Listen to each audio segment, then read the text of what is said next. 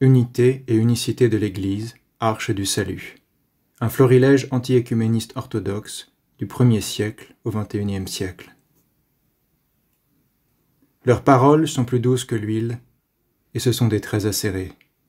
Psaume 54, 22. Adversus ecumenismum, le second millénaire, le 20e siècle.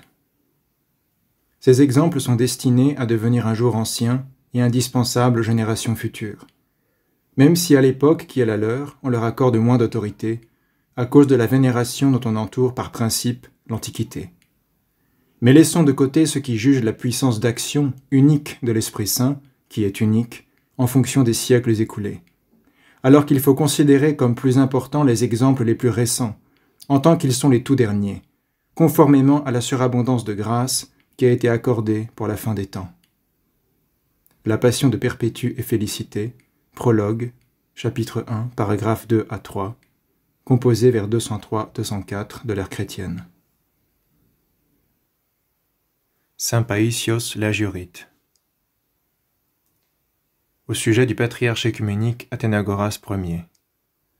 Il semble qu'il soit tombé amoureux d'une autre femme, une femme moderne, appelée l'Église papiste, parce que notre mère orthodoxe ne lui a pas fait grande impression. Elle est si modeste. Cet amour profane, proclamé depuis Constantinople, a produit une impression sensationnelle chez de nombreux orthodoxes qui, de nos jours, dans les villes du monde entier, vivent dans un environnement rempli de cet amour creux et insensé. En effet, cet amour est l'esprit de notre temps. La famille perdra sa signification divine précisément à cause de ce type d'amour, qui vise plutôt la rupture que l'union véritable. C'est inspiré par ce genre d'amour profane que le patriarche nous emmène vers Rome. Il aurait dû en premier lieu montrer de l'amour pour nous, ses enfants, et pour notre mère l'Église. Malheureusement, il a envoyé son amour au loin. Ce qui en a résulté a réjoui, il est vrai, ces enfants séculiers qui aiment le monde et tous ceux qui ont en partage cet amour profane. Mais cela nous a aussi complètement scandalisés, nous les enfants de l'orthodoxie, jeunes comme vieux, qui avons la crainte de Dieu. Saint Païsios l'Agiorite, lettre à l'archimandrite Charalampos, 1969. À ma grande tristesse, je me dois d'écrire que parmi tous les unionistes que j'ai rencontrés, je n'en ai jamais vu un seul qui ait la moindre goutte ou la moindre once de spiritualité. Malgré cela, ils savent si bien vous parler d'amour et d'union, alors qu'eux-mêmes ne sont pas unis à Dieu parce qu'ils ne l'ont pas aimé. Saint Païsios l'Agiorite, lettre à l'archimandrite Charalampos, 1969. C'était un moine pourvu d'un esprit et d'une conscience ecclésiale. Ses conceptions ecclésiologiques étaient parfaitement orthodoxes. Il considérait que l'Église contient la plénitude de la vérité révélée. Tout ce que contient l'Église est resplendissant. Le salut des hommes est réalisé dans l'Église. Il sentait qu'il était un de ses membres, il lui subordonnait sa volonté et se sacrifiait pour son bien. Même son ascèse avait une signification ecclésiale. Il croyait qu'en se redressant lui-même, il redressait une petite partie de l'Église. Nous avons vu que depuis le Stomion, l'Ancien était en guerre contre les hérésies. Il était rigoureux et inflexible sur les sujets concernant la foi. Il disait « Dans le domaine de la vérité, il n'y a pas de rabais possible. La vérité, c'est le Christ. » Il combattait l'écuménisme et parlait de la grandeur et de l'unicité de l'orthodoxie. Et cette certitude, il la tenait de la grâce divine qui jaillissait de son cœur. Sa vie montrait la supériorité de l'orthodoxie. Hieromoine Isaac, l'ancien Païsios de la Sainte Montagne, L'Âge d'Homme 2008. Avec son discernement, il conseillait « Pour les chrétiens qui ne sont pas orthodoxes, il n'est pas nécessaire de leur dire qu'ils iront en enfer ou qu'ils sont des antichrists, mais il ne faut pas leur dire non plus qu'ils seront sauvés, car sinon nous les rassurons de façon trompeuse et nous serons jugés à cause de cela. Il faut que nous les menions à une saine inquiétude, que nous leur disions qu'ils sont dans l'erreur. » Il avait une grande sensibilité orthodoxe, c'est pourquoi il n'acceptait pas de prier et de communier avec des hétérodoxes. Il insistait Pour pouvoir communier avec quelqu'un, il faut qu'il y ait un accord dans la foi. Il interrompit toute relation ou évita de fréquenter des clercs qui participaient à des prières communes avec des hétérodoxes. Il ne reconnaissait pas les sacrements des hétérodoxes, et il conseillait à ceux qui entraient dans l'Église orthodoxe de bien se faire catéchiser avant de se faire baptiser. Hieromoine Isaac, l'ancien Païsios de la Sainte Montagne. Pendant une période, il cessa, comme pratiquement tout le reste de la Sainte Montagne, de mentionner dans les diptyques le patriarche Athénagoras, en raison de ses ouvertures dangereuses à l'égard des catholiques romains. Mais il le fit avec souffrance. Il dit à quelqu'un « Je prie pour que Dieu retranche des jours sur ma durée de vie, afin de les donner au patriarche Athénagoras, pour qu'il ait le temps de se repentir. » Les anti-chalcédoniens, monophysites, comme tous les autres hérétiques et ceux qui pratiquaient une autre religion, ils les considéraient comme des créatures de Dieu et nos frères selon la chair, depuis Adam, mais pas comme des enfants de Dieu, ni comme nos frères selon l'esprit, ce qu'ils réservaient uniquement aux orthodoxes.